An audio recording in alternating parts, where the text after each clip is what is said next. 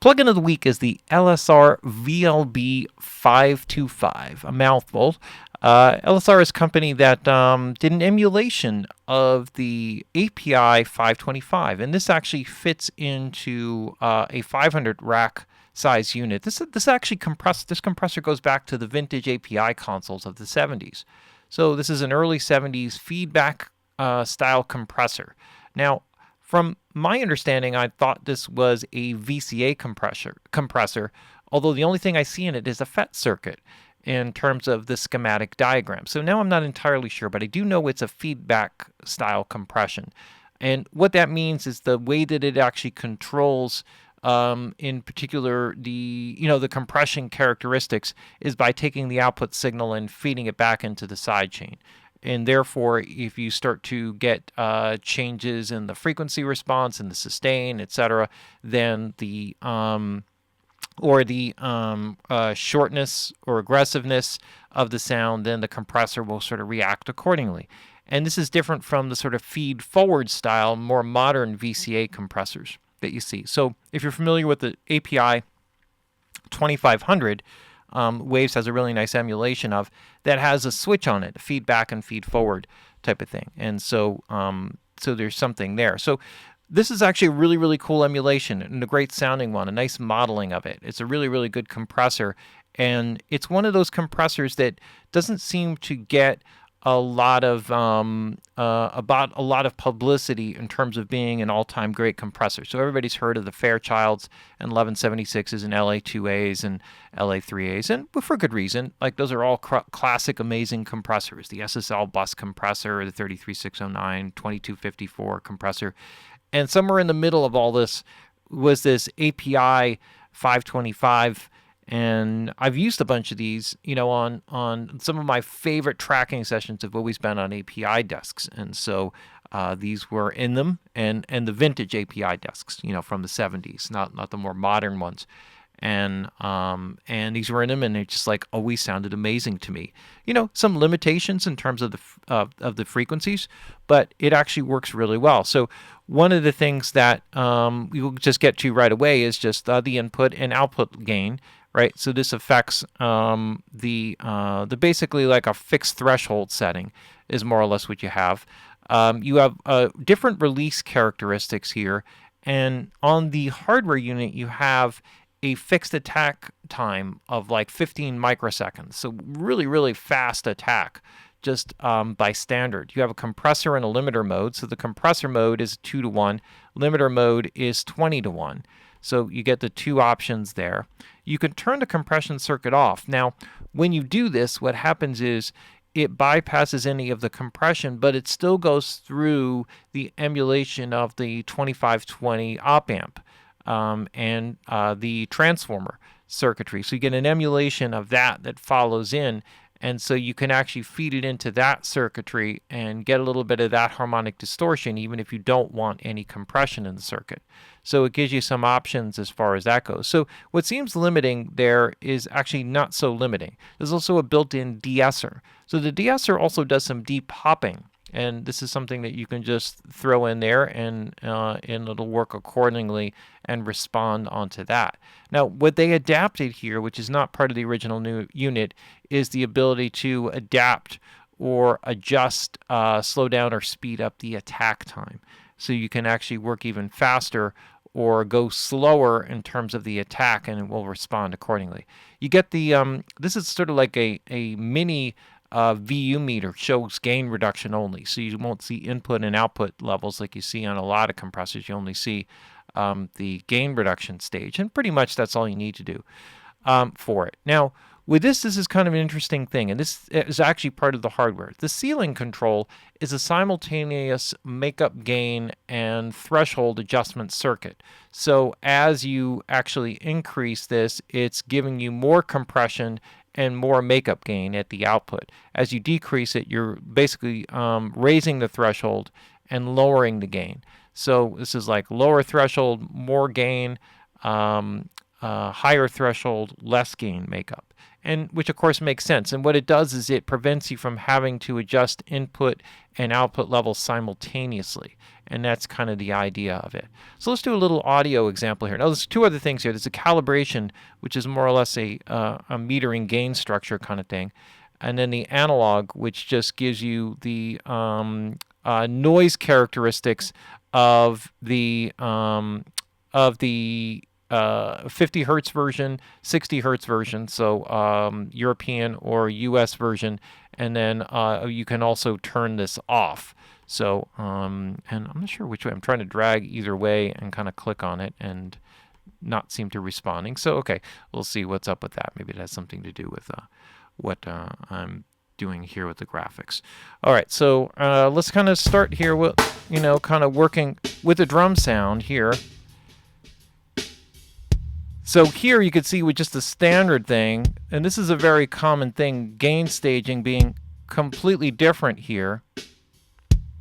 If I turn this ceiling all the way up to 0, I'm not going to get any gain reduction whatsoever, right? But I'm still going to get some of the emulation. So here I can adjust my input gain.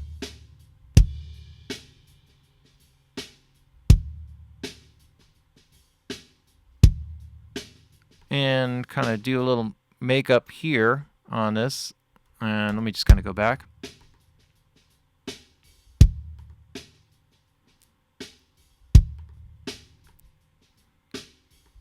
So I'm going to leave this here and just kind of work with this in a normal mode. So normally the release time defaults with no button selected into 0.1 seconds or 100 milliseconds. If I go to setting number 1, it goes to half a second.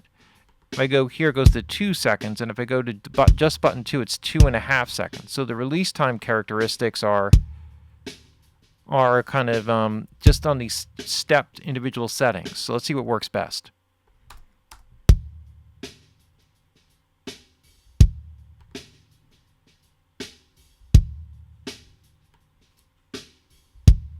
So I kind of like the, let's see.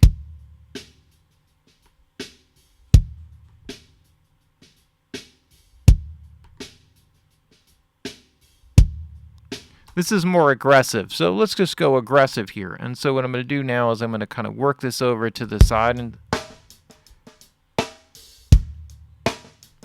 and so let's see if I can adjust this here. And maybe go up here, get a little bit more gain reduction here. It's hard to necessarily read the numbers as accurately.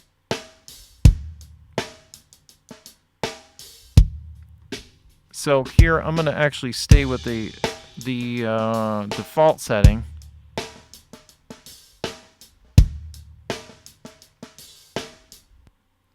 And then I think I'm taking away a bit of gain.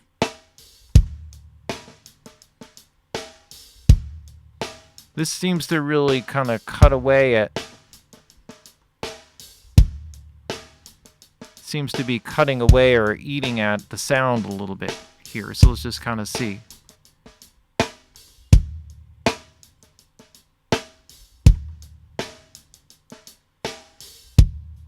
I don't think the gain reduction here is showing quite what is actually going on.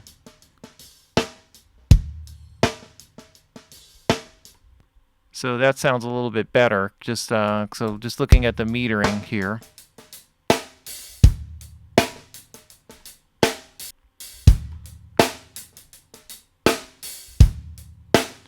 And what I'm going to do here is I'm going to get a little bit more aggressive here with the, hold on, I'm just going to copy this over here. So I'd like to kind of keep the same basic release time characteristics, and let's see if I can kind of get a little bit more.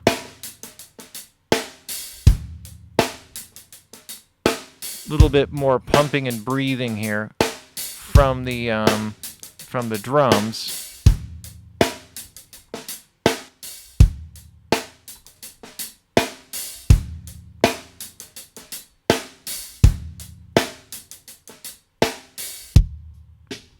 All right, so okay, so we got that, and then let's just kind of do a little hi-hat here, kind of get a similar.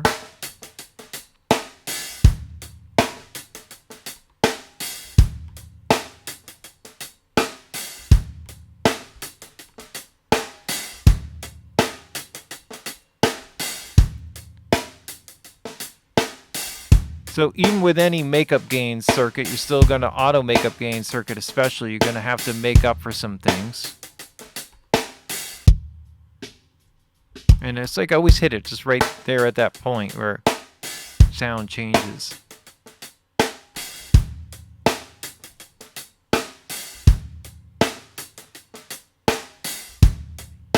And that's pretty cool. And then we'll kind of, let's kind of move. Oh, it's a mono room. That's why. All right, so let's just kind of crank this up.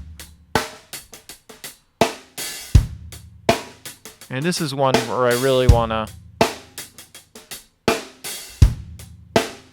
you know, get in and dig in on the room sound.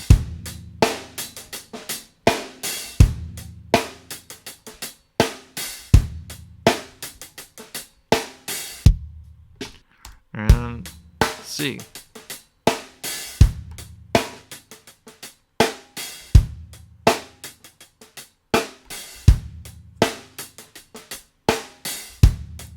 So this is working with a kind of fast attack. So this will kind of cut down on the circuit. So the fast attack by default is 15 microseconds. There's no documentation for how slow or how much variance that there is in it. But it's you know, overall it's pretty cool. As far as actually what I probably would be easier to do would just be to copy this over here. Where I'm going to go different here with the bass is, and it's kind of, and let's kind of work our way up here to a little bit more of an area where we can get some consistent groove here.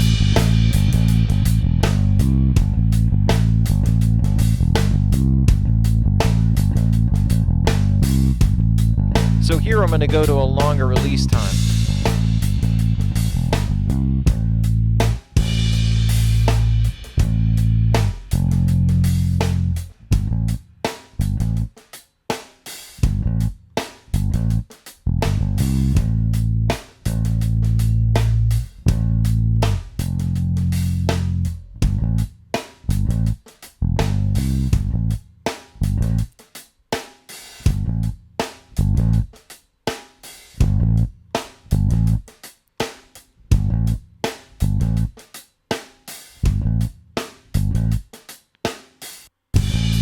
So I sometimes like to go to those slower release times on the bass here because it really helps the drums to kind of punch through them, you know, kind of smooths out the bass sound.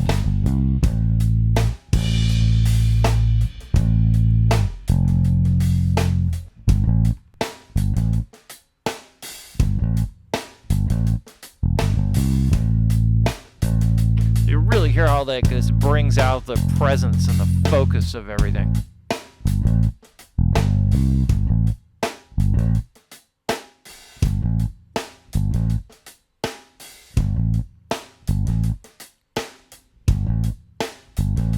So here it's like you can see how like this is just like a pretty cool, and I'm going to do a couple more here, and then we'll just kind of just a couple more instruments here, and let's just kind of see what we got.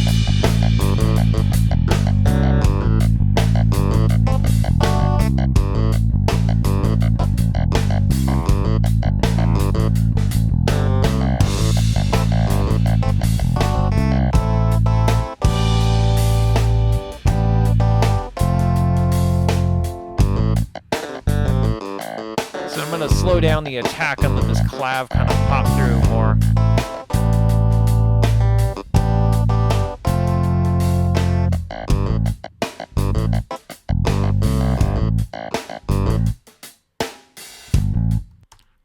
Kind of an amazing way of hitting bypass buttons right when things change or turn off.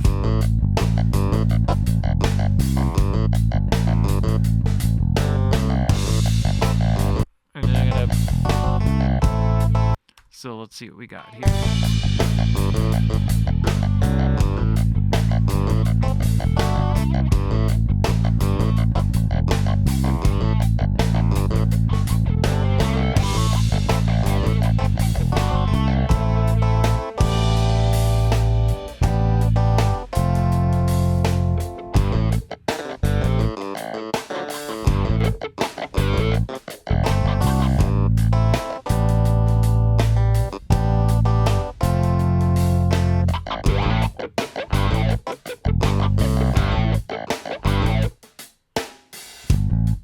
All right, so let's hear what we got like going on here. So again, like a little bit slower attacks. I went with a more punchy sound for the drums, and with the super fast attack, went with a slower attack on the keys and the guitar to make that come a little bit forward.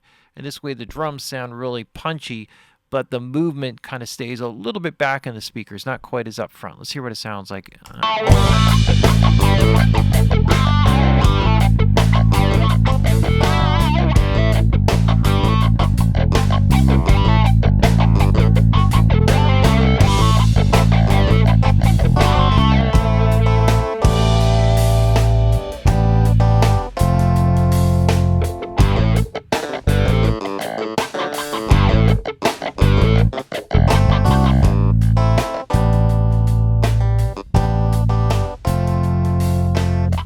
You can really hear the openness and the depth that it really adds into.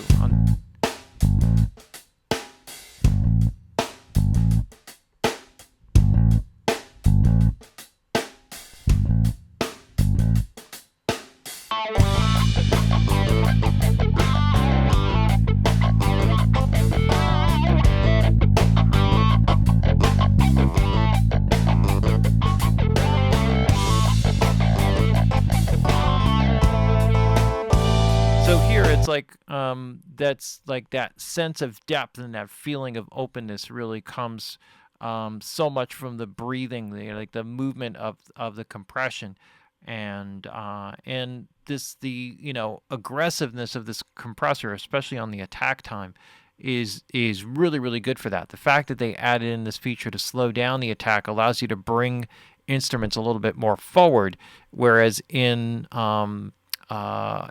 its original design without the attack and that really fast attack, it was meant to really cut down on transient peaks, and that especially in the recording stage was more helpful in terms of kind of swallowing up a little bit of that so that you can work more effectively with the tape machine. So it's recording to tape. So in general, I think there was more tendency to compress going to tape, even though you were going to get tape compression just to get a more consistent sound. You would want to kind of even out the level. And sometimes overly heavy transients going to tape can really eat up the sound and send the actual tape into a bit of a hyper compression. So that faster attack setting, that really fast attack setting makes, is very relevant for this type of situation. But you can really hear how that, when it grabs onto something, like the clarity and the openness of the sound and the warmth in the body of the 2520 op amp really start to shine and come through, and you really bring out the presence of it. So really good emulation. Excellent one, and one that's definitely worth checking out. LSR Audio, the VLB525.